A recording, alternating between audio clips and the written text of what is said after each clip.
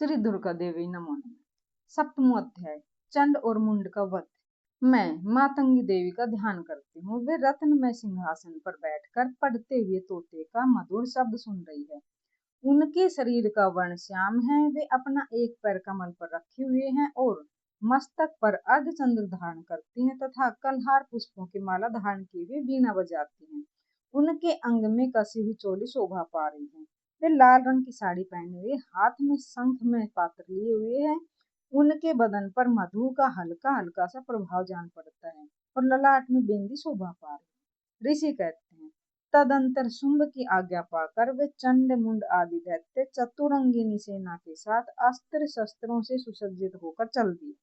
फिर गिरिराज हिमालय के स्वर्ण में ऊंचे शिखर पर पहुंचकर उन्होंने सिंह पर बैठी हुई देवी को देखा। वे मंद मंद मुस्कुरा रही थी। उन्हें देखकर दैत्य लोग तत्परता से पकड़ने का उद्योग करने लगे। किसी ने धनुष तान ली, किसी ने तलवार संभाली और कुछ लोग देवी के पास जाकर खड़े हो गए। तब अंबिका ने उन शत्रुओं के प्रति बड़ा क्रोध किया। उस समय क्रोध के कारण उसका मुख काला पड़ गया और ललाट में भुएं टेढ़ी हो गई और वहां से तुरंत विकराल मुखी काली माता प्रकट हुई, जो तलवार और पास ली हुई थी। वे विचित्र खटवांग धारण किए तथा चीते की चर्म की साड़ी पहने हुए नरमुंडों की माला से विभूषित थे। उनके शरीर का मांस सूख गया था, केवल हड्डियों का ढांचा ही था, जिससे अत्यंत भयंकर जान पड़ती थी। उनका मुख बहुत ही विशाल था, जीभ लपलपाने कारण और भी डरावनी प्रतीत हो रही थी। उनकी आंखें भीतर को धंसी हुई और कुछ लाल थी। वे अपने भयंकर गर्जना से संपूर्ण दिशाओं को गुंजा रही थी।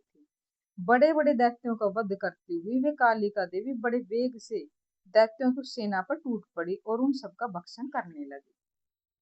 वे पाशव रक्षकों, अंकुशधारी महावतों, योद्धाओं और घंटा सहित कितने ही हाथियों को एक हाथ से पकड़कर मुंह में डाल लेती थी। इसी प्रकार घोड़े, रथ, सारथी के साथ रथी सैनिकों को मुंह में डालकर वो बड़े भयंकर रूप से चबा डालती थी।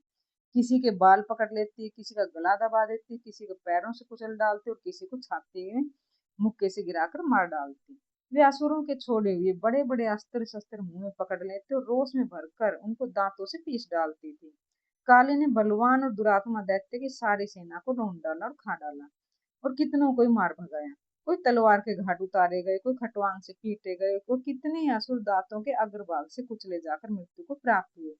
इस प्रकार देवी ने असुरों की उस सारी सेना का क्षण भर में ही संहार कर दिया।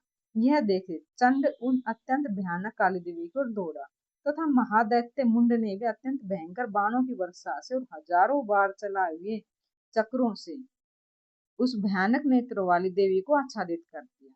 वे अनेकों चक्र देवी के मुख में समाते हुए ऐसे जान पड़ते थे मानो सूर्य के बहुत से मंडल बादलों के उदर में प्रवेश कर रहे हो। तब भयंकर गर्जना करने वाली काली ने अत्यंत रोष में भरकर विकट अट्टहास किया। उस समय उनके विकराल बदन के भीतर कठिनता से देखे जा सकने वाले दांतों की प्रभा से वे अत्यंत उज्जवल दिखाई देती थी।